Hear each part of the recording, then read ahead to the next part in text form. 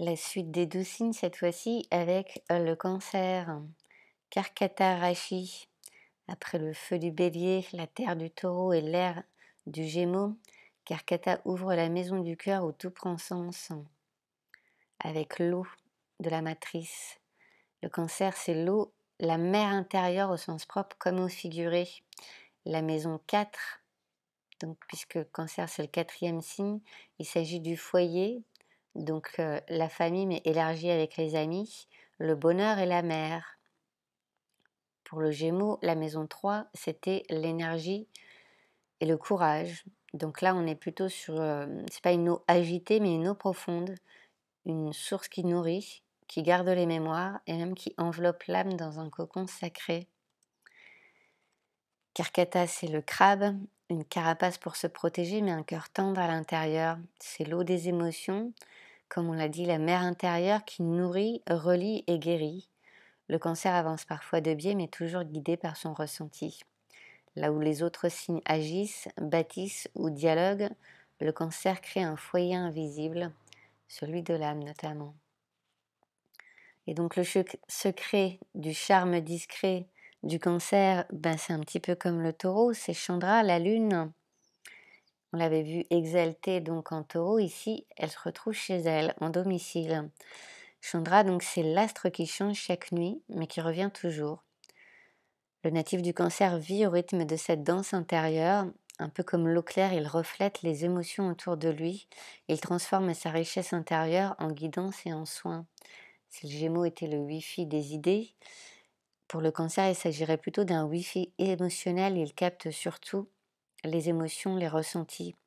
Encore une fois, je vais essayer d'être objective parce que si j'ai pas de planète en Cancer, il fait partie de mes âmes sœurs. Si vous voulez, je vous apprendrai comment on le calcule. Mais déjà, donc, je vous avais parlé de l'homme cosmique, le voici, associé au souffle. Donc là, on est encore sur la phase montante de la respiration et on va passer au prochain chapitre à la phase descendante.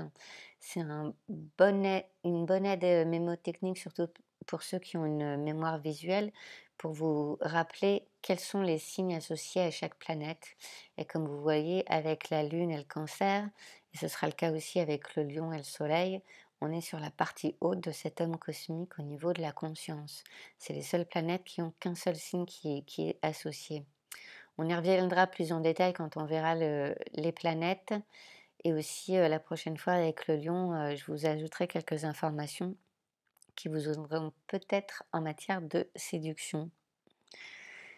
Donc les qualités du Cancer, hein. Le Cancer, c'est l'ami qui se souvient de tout, l'âme qui protège et console, la présence rassurante qui transforme l'émotion en sagesse. Comme le crabe, si vous l'approchez trop vite, il se cache, mais donnez-lui confiance et vous découvrirez un océan de tendresse.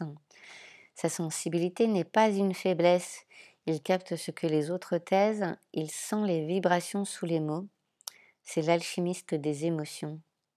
Il transforme la douleur en compassion, les larmes en perles de sagesse.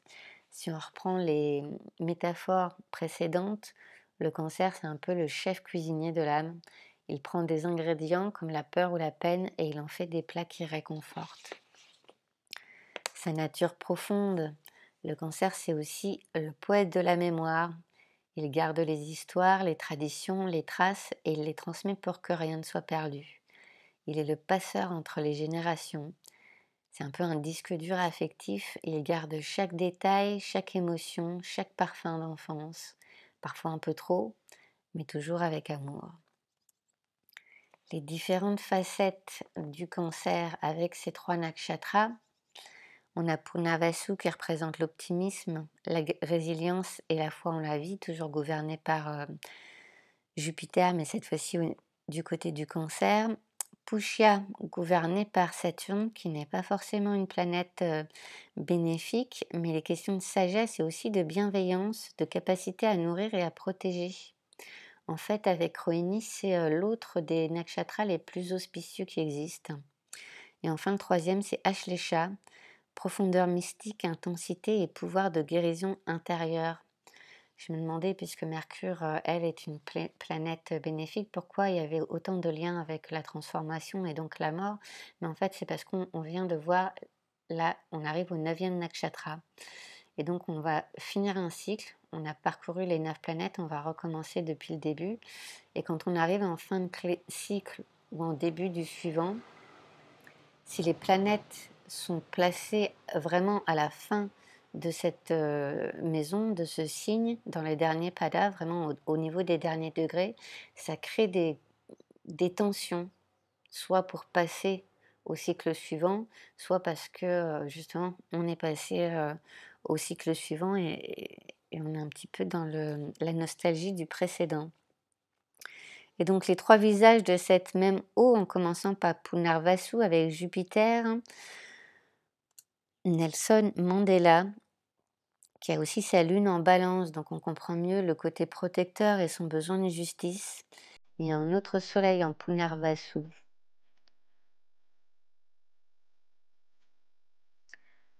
Vin Diesel, qui lui a sa lune encore en Scorpion.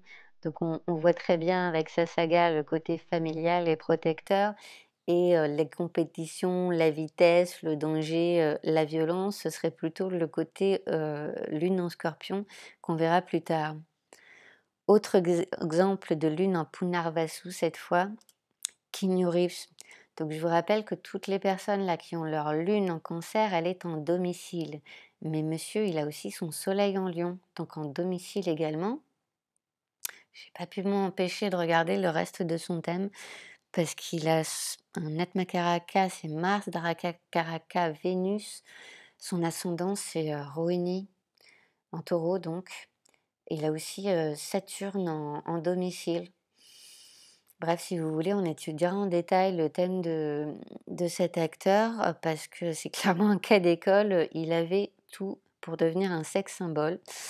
La question, c'était qu'est-ce qu'il allait faire de son pouvoir. Et je pense qu'avec Matrix, il avait bien démarré. En tout cas, ça me paraît quelqu'un voilà, difficile à acheter parce que ce soit son âme ou son mental, il est super stable.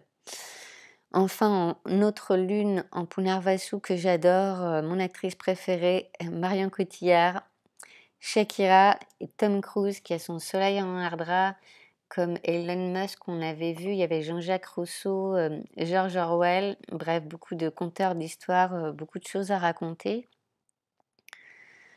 Enfin, les exemples de Pushya, donc ce fameux autre nakshatra des plus auspicieux, avec son soleil en Pushya. Donc je rappelle que Saturne n'est pas forcément super bénéfique. On a Robin Williams en plus avec sa lune en Verseau, Sandra Bullock, Jennifer Lopez qui a également sa lune en Scorpion comme Vin Diesel. Donc ils n'ont pas seulement des origines hispaniques communes, mais ils ont le soleil tous les deux en Cancer et la lune tous les deux en Scorpion. On voit bien le côté maternel et protecteur et en même temps l'attrait pour le danger, les armes à feu, de jouer les justiciers, etc. Autre exemple de lune en Pushya, il y a Arnold Schwarzenegger avec soleil en Pushya, excusez-moi, avec sa lune en Sagittaire. Donc finalement, sa volonté de faire de la politique, c'était pas forcément juste par ego. Et en lune, en Pushya, on l'avait vu déjà avec son soleil en Gémeaux, c'est Tom Hanks. Il y avait vu David Bowie également, mais il y a Monica Bellucci avec un soleil en Vierge. Et enfin, le dernier nakshatra de ce cycle, Ashlesha, qu'on avait vu également avec sa lune en Taureau. Il a son soleil en Ashlesha, c'est Barack Obama. Même quand on n'est pas démocrate, c'est difficile de ne pas l'apprécier et maintenant on comprend mieux pourquoi. Autre exemple de soleil en Ashlesha, il y a Whitney Houston et Madonna. Donc Madonna qui a son soleil en Cancer, mais sa lune en, en Lion. Donc c'est tout l'inverse de Keanu Reeves. Maintenant, même si j'imagine qu'elle a dû faire beaucoup de concessions, elle arrive quand même à garder un petit peu son identité musicale. J'espère aussi son intégrité personnelle. Voilà, le fait, comme je vous ai montré dans l'homme cosmique, que son soleil et son lion, même s'ils ne sont pas en domicile, ils restent à des niveaux quand même très élevés de confiance, ça peut l'aider à préserver son intégrité. Et enfin, en lune, en Ashlesha, très jolie également, c'est Gandhi. Et on l'avait vu avec son soleil en Gémeaux, en Ardra, George Michael.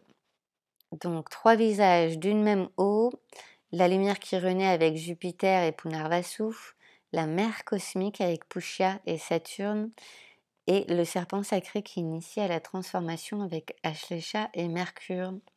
Que des personnages au cœur tendre, peu importe les apparences en fait. Après, le reste dépend des autres positions des planètes, des autres planètes.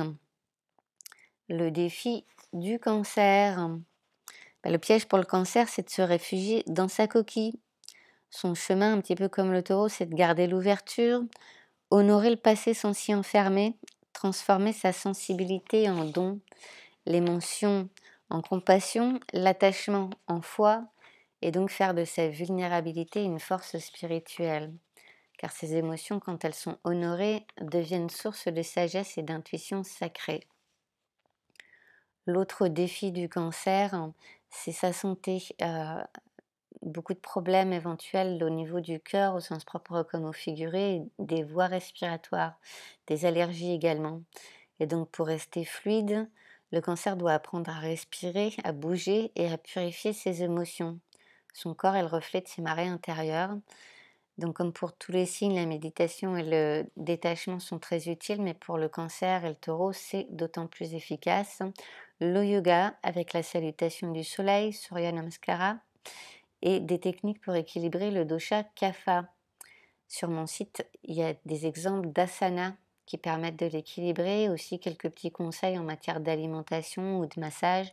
Vous tapez kapha dans le moteur de recherche et vous allez voir tous les articles qui peuvent y être reliés.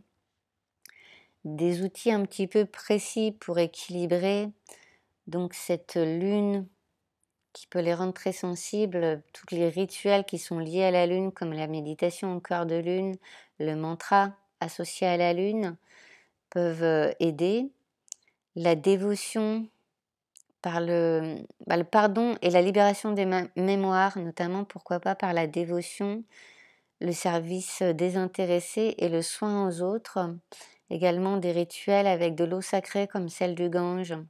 Et enfin, pour les pierres lunaires, on a la pierre de lune, mais la plus efficace, la plus associée à la lune, c'est finalement la perle sous toutes ses formes. Avec ça, donc, vous avez des pratiques simples qui nourrissent l'âme et transforment la sensibilité en puissance. Si vous voulez renforcer tout ce qui est lié à la lune et donc vos émotions dans un sens ou comme d'un autre, la douceur, c'est des perles qu'il faut porter. Chacune de ces techniques reconnecte à l'eau intérieure. Le Cancer spirituel ne fuit pas ses émotions, il les élève, les transforme et les offre comme une source de guérison. Et donc ainsi, ce sera plus facile de réaliser sa mission de vie. Le Cancer excelle dans les domaines liés aux soins, à l'enseignement, à la communication, à l'art et au service collectif. Donc on peut trouver par exemple l'édition, l'écriture, les divertissements et les arts, mais aussi l'enseignement, la transmission, le travail social et la guidance. La mission du Cancer, selon le Dharma, c'est d'insuffler la sécurité et l'harmonie dans son entourage, tout en développant sa résilience et son intuition. Il est naturellement porté à aider, à soutenir, à être un pilier affectif dans sa famille et sa communauté. Son impact positif repose sur sa capacité à guérir les blessures émotionnelles, donc à commencer par les siennes, mais à soutenir et à fédérer.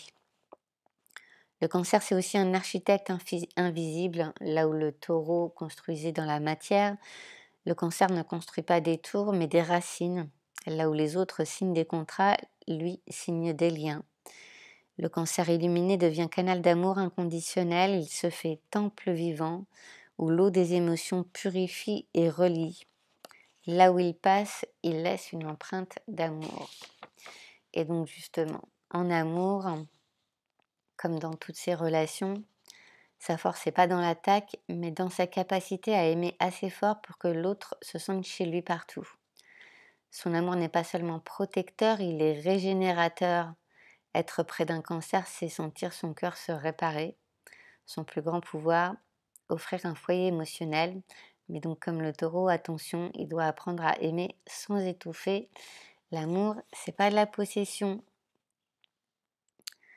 Et donc pour conclure, Quand il s'aligne, le cancer devient un canal d'amour inconditionnel, comme on a déjà dit, et de sagesse lunaire. Sa mission, c'est de rappeler au monde que chaque émotion est une prière, chaque larme une purification, et que dans la vulnérabilité se cache la vraie force. Le cancer, c'est la mère intérieure qui nous rappelle que tu n'es jamais seul, tu viens de l'eau, et en toi, l'eau est divine, un petit peu comme le dauphin. Donc un très grand merci au cancer de nous rappeler que la vraie force, c'est pas de conquérir, mais de protéger. Et donc si tu te reconnais dans le Karkata, dans le cancer, ou t'en connais dans ton entourage, tag-le, et dis-lui merci d'offrir un cocon où chaque cœur peut trouver sa place. Prochain épisode, le lion. Soyez informés en premier avec YouTube, Insta et Facebook.